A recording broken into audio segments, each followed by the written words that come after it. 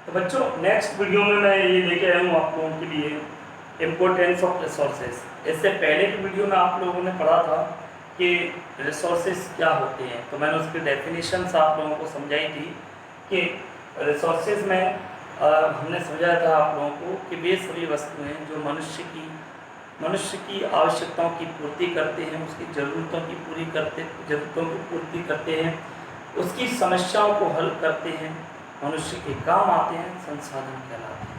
मैंने आपको मार्कर का एग्जाम्पल भी दिया था, मैंने आपको एक कॉमन एग्जाम्पल दिया था वाटर का, आपने देखा होगा।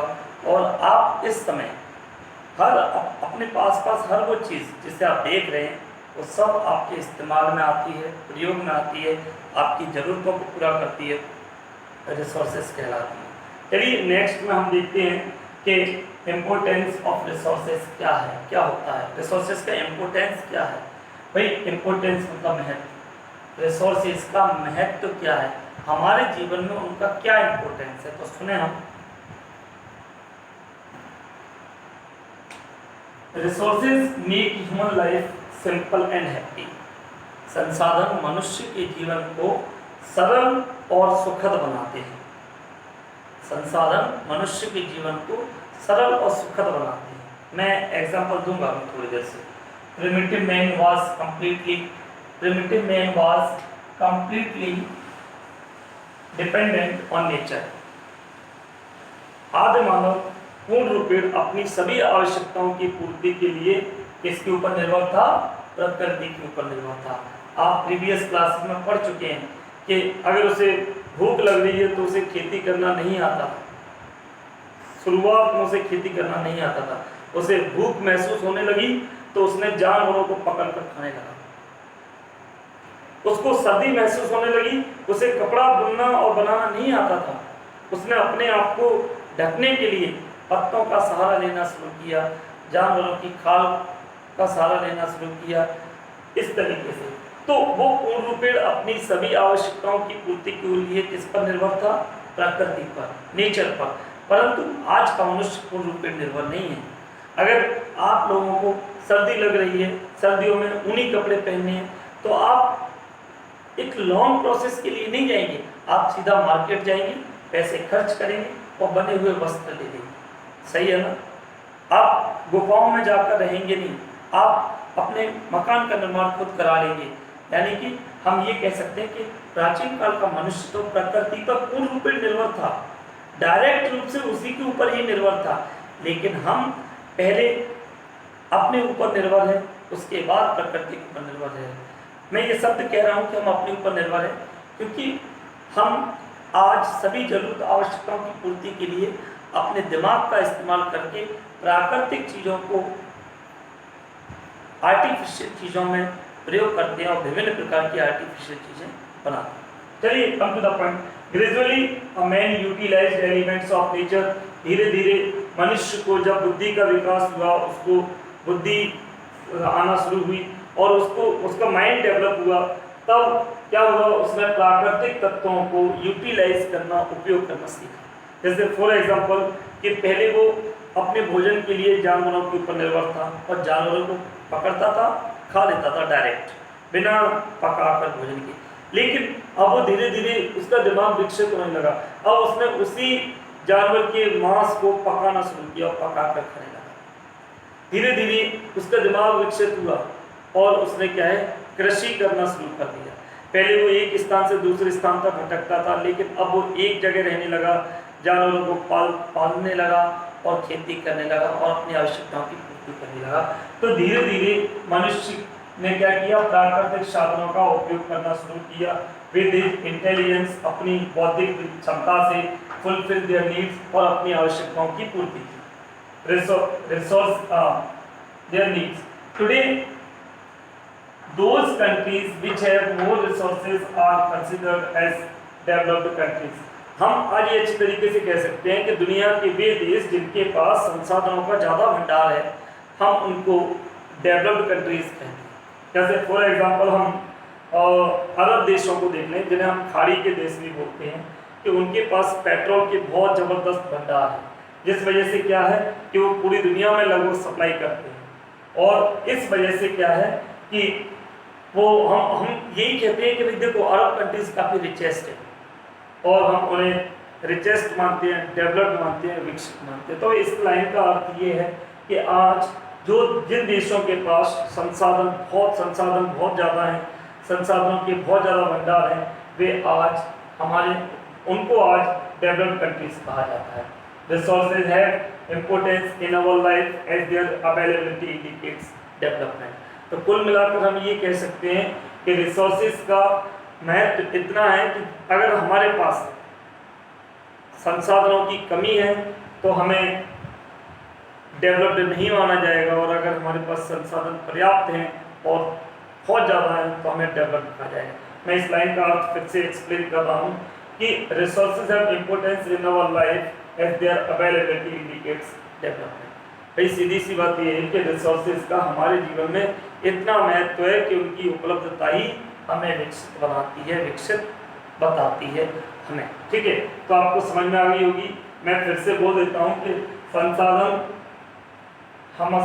मानव जीवन को सरल और सुखद बनाते हैं। प्राचीन काल में आदि मानव पूर्ण रूपेण प्रकृति पर निर्भर था, परंतु धीरे धीरे अपने बौद्धिक विकास के साथ साथ उसने प्राकृतिक तत्वों का अपनी उपयोगिता के लिए इस्तेमाल करना शुरू किया और अपनी आवश्यकताओं की पूर्ति की। Today those countries which have more resources, मैंने पहले बोला है कि आज वे देश जिनके पास संसाधन पर्याप्त हैं और पर्याप्त से भी ज़्यादा हैं, वे आज डेवलप्ड कंट्रीज कहे जाते हैं।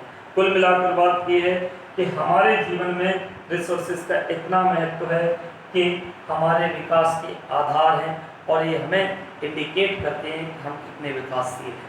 ठीक है, यहाँ पर आपका क्वेश्चन बन जाएगा, नेक्स्ट क्वेश्चन बन जाएगा, what is the importance of resources in human life,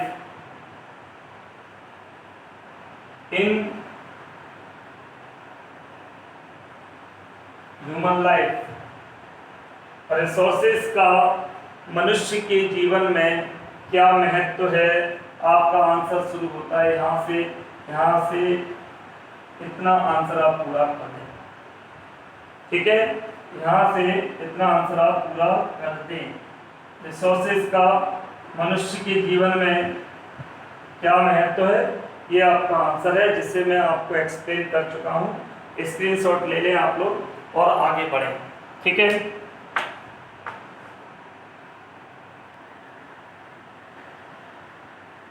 हाँ तो बच्चों अब हम नेक्स्ट अगले पेज पर पहुँच चुके हैं, जिसमें पहले पेज पर हम लोगों ने पढ़ा था कि रिसोर्सेज की डेफिनेशन क्या होती है, एग्जांपल्स भी हमने आपको दिया था। उसके बाद उसका इम्पोर्टेंस पढ़ा और दो प्रश्न भी आपके साथ साथ तैयार हुए कि व्हाट आर रिसोर्सेज और what is the importance of resources in human life. इसके बाद जो नेक्स्ट आपका पेज है उस पर हम पहुंच रहे हैं। ये रिसोर्सेज के टाइप्स हैं जिन्हें हम वन बाय वन पढ़ेंगे एक एक से। और सबसे पहले हम ये जानेंगे कि रिसोर्सेज कितने प्रकार के होते हैं। भाई वैसे तो मैं आपको बता दूं कि रिसोर्सेज दुनिया की कोई भी चीज़ है वो दो प्रकार की होती है, या तो वो नेचुरल होगी या मैन मेड होगी। ठीक है, वैसे ही मैं रिसोर्सेज के बारे में बात करूं कि रिसोर्सेज नेचुरल होते हैं, मैन मेड होते हैं, परंतु मैन मेड और रिसोर्सेज और नेचुरल इनको भी इनकी कैटेगरी के आधार पर डिस्ट्रीब्यूट किया है। तो हम आपकी बुक के अकॉर्डिंग पढ़ रहे हैं कि भाई रिसोर्सेज का डिस्ट्रीब्यूशन करना है, क्लासिफिकेशन करना है, या हमें टाइप्स बताना है, कुछ भी समझ लो, बात एक ही है कि रिसोर्सेज कितने प्रकार के होते हैं। तो देखिए मैंने एक चार्ट बनाया है आप लोगों के सामने। रिसोर्सेज चार प्रकार के होते हैं, 4 टाइप्स। कितने प्रकार के होते हैं? 4 प्रकार के होते हैं। रिसोर्सेज 4 प्रकार के होते हैं। Number 1, on the basis of ownership. Ownership का अर्थ होता है स्वामित्व। ओनरशिप का अर्थ होता है स्वामित्व। अवेलेबिलिटी का मतलब होता है उपलब्धता।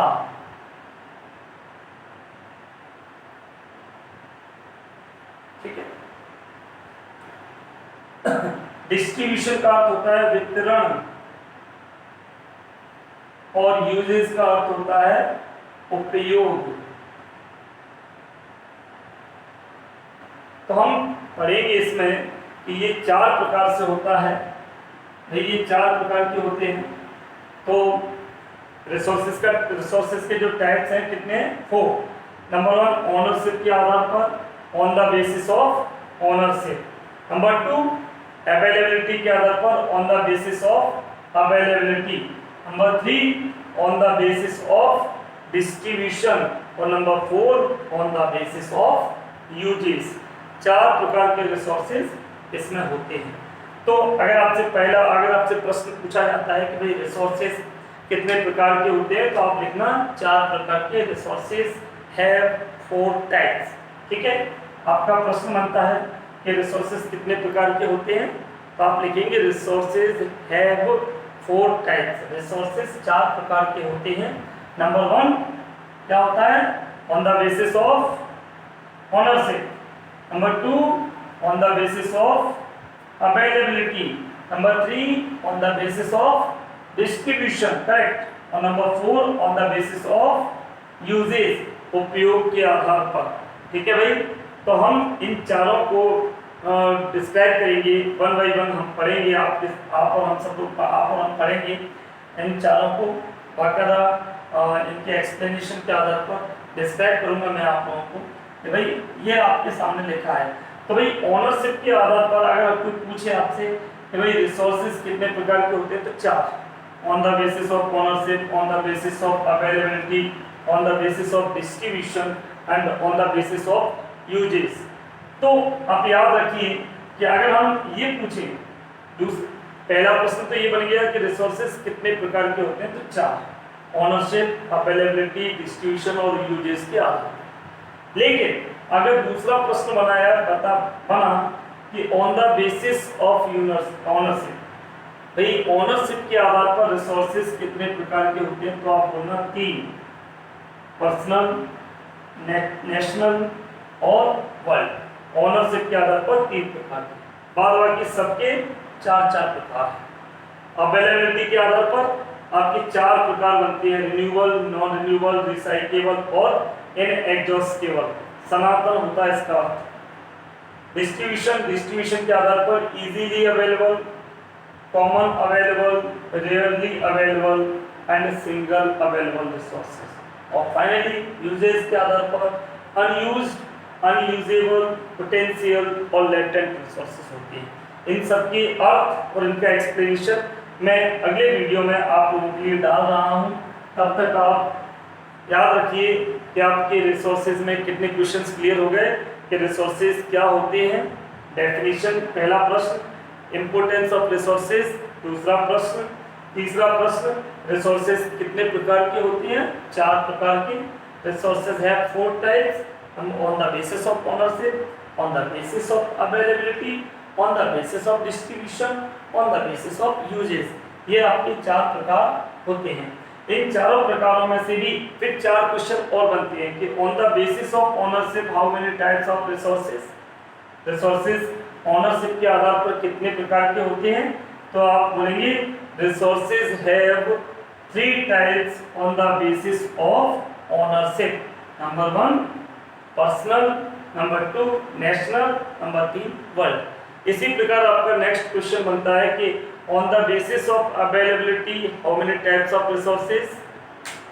अवेलेबिलिटी के आधार पर कितने प्रकार के होते हैं रिसोर्सेज, बताइए आप लोग। यस, 4 प्रकार के होते हैं, बिल्कुल सही जवाब। पहला है रिन्यूएबल, दूसरा है नॉन रिन्यूएबल, तीसरा है रिसाइक्लेबल और नंबर 4 है इनएग्जॉस्टेबल। ठीक है। अगर हम आपसे पूछें कि on the basis of distribution how many types of resources, बताइए आप लोग। ऑन डिस्ट्रीब्यूशन के आधार पर रिसोर्सेज कितने प्रकार के होते हैं, वेरी गुड, 4 प्रकार के, ये भी 4 के होते हैं। और यूजेस के आधार पर भी 4 होते हैं, जैसा मैंने थोड़ी देर पहले बोला था कि इसको छोड़कर बाकी तीनों के 4-4 प्रकार के होते हैं। डिस्ट्रीब्यूशन के आधार पर easily available, common available, rarely available और सिंगल अवेलेबल, तथा यूजेस के आधार पर अनयूज्ड, अनयूजेबल, पोटेंशियल और लेटेंट। सब शब्दों के पीछे, सभी शब्दों के पीछे रिसोर्सेज है। Personal resources, national resources, world resources, renewable resources, non renewable resources, recyclable resources, inexhaustible resources, easily available resources, common available resources, rarely available resources, single available resources, और लास्ट में unused resources, unusable resources, potential resources और latent resources. ठीक है, next video में मैं इन चारों को बाकायदा इनकी डेफिनेशंस के साथ साथ आपको और एग्जांपल्स के साथ साथ पूरा एक्सप्लेन करने जा रहा हूँ। और उसके बाद हमारा 1.1 जो है 1.1 वो रिसोर्सेज को लेकर है। 1.1 में क्या है आपके में रिसोर्सेज, ये समाप्त हो जाएगा और इससे संबंधित सारे प्रश्न भी समाप्त हो जाएंगे। तो आज आपके कितने क्वेश्चन क्लियर हो गए? What are resources, what is the importance of resources, how many types of resources. ठीक है, ओके।